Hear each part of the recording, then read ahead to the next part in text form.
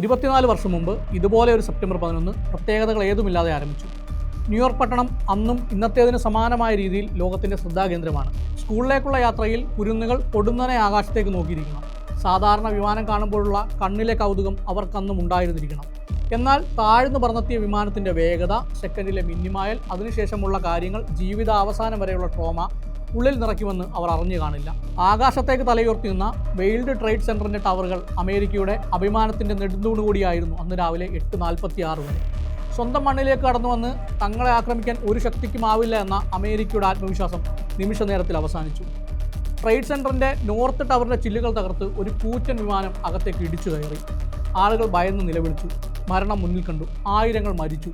വിമാനാപകടമെന്നായിരുന്നു ആദ്യ വിലയിരുത്തലുകൾ. അങ്ങനെ തന്നെ അമേരിക്കയും കരുതി.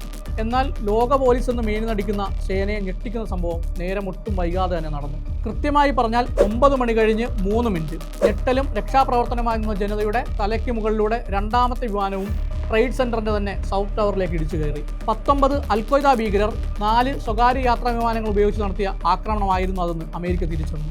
ബാക്കിയുണ്ട് 2 വിമാനങ്ങൾ എന്നത് ആദ്യ കൂടാൻ കാരണമായി. അതിലൊന്ന് 9:37 വാഷിംഗ്ടൺ DC-യിൽ അമേരിക്കൻ ഡിഫൻസ് ആസ്ഥാനമായ പെൻറ്റഗണിൻ്റെ പടിഞ്ഞാറേ വശത്തിടിച്ചു. ഇനിയും ഒരെണ്ണം ബാക്കി. ഓരോ ദുരന്തത്തിലും അൺസങ് ഹീറോസ് ഉണ്ടാകും.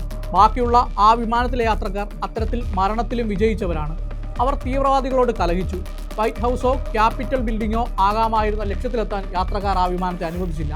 പെൻസിൽവേനിയയിലെ ഒരു കൃഷിസ്ഥലത്തേക്ക് തീവ്രവാദികൾക്ക് വീഴ്ത്തേണ്ടി വന്നത് ആ വിമാനമാണ്. ആക്രമണത്തിന് സൂത്രധാരനായി അറിയപ്പെട്ടിരുന്നത് പിന്നീട് കൊല്ലപ്പെട്ട അൽ-ഖ്വയ്ദ തലവൻ ഒസാമ ബിൻ ലാദനായിരുന്നു. റിപ്പോർട്ടുകൾ പ്രകാരം ചാവേർ ആക്രമണം നടത്താനുള്ള ഉദ്ദേശത്തോടെ 26 പേരാണ് അമേരിക്കയിൽ പ്രവേശിച്ചത്. ഇതിൽ 19 പേർ ചേർന്നാണ് ആക്രമണം നടത്തിയത്. ഇതിൽ പലരും ഇപ്പോഴും ജീവിച്ചിരിക്കുകയാണെന്ന് ചില കേന്ദ്രങ്ങൾ വാദിക്കുന്നു. എങ്ങനെ ഇത്രയധികം സുരക്ഷാ ക്രമീകരണങ്ങൾ ഉള്ളപ്പോഴും വിമാനങ്ങൾ റാഞ്ചിയെന്നും അതിനുള്ള സഹായങ്ങൾ എവിടെ നിന്ന് ലഭിച്ചുവെന്നും ഇന്നും അവ്യക്തമാണ്. പ്രത്യേകതകളൊന്നുമില്ലാത്ത സാധാരണ ചൊവ്വാഴ്ച ആയിരുന്നില്ല അതെന്ന് ഇന്ന് ലോകം തിരിച്ചറിഞ്ഞു കഴിഞ്ഞു.